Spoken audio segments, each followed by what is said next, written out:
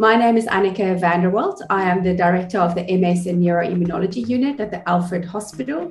I lead the MS and Neuro-Ophthalmology research group at Monash University at the Central Clinical School as well.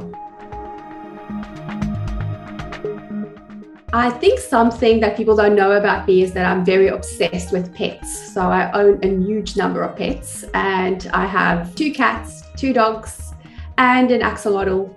And they, keep me pretty busy when I'm at home alongside my kids.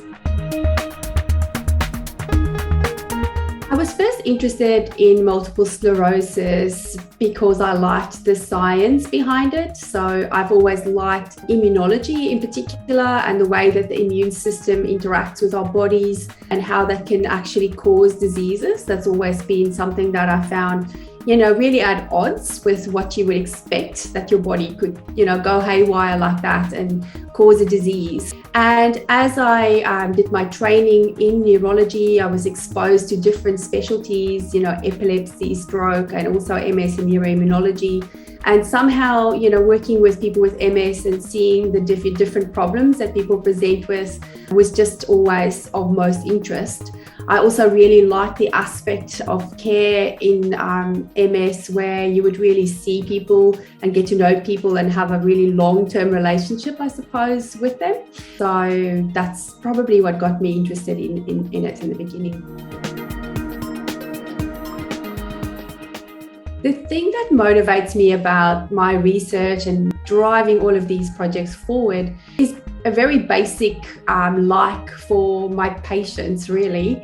I really see my patients and people with MS that I work with, there's this real drive and need to try and solve issues and problems and keep people safe. We are very grateful for research support that we've received from MS Australia to investigate the incidence and the relationship between treatment and cervical dysplasia in women with MS. So what we are going to be evaluating is if exposure to medications over many decades perhaps increases the risk of an infection by the human papillomavirus. So this HPV virus is the main cause of cervical cancer in everyone. But what we are wondering is if women with MS that have their immune system suppressed somewhat could have an increased risk of this infection persisting at very low levels, and that could then lead to abnormalities on people's cervical screening tests, or the old pap tests, I suppose.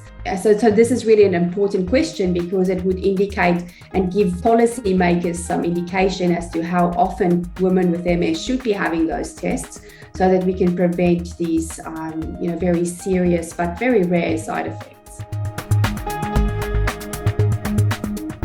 None of the research we do would be possible without funding support. And I wanted to say a big thank you to everybody who raises money for MS research in Australia. We certainly couldn't do this without your help.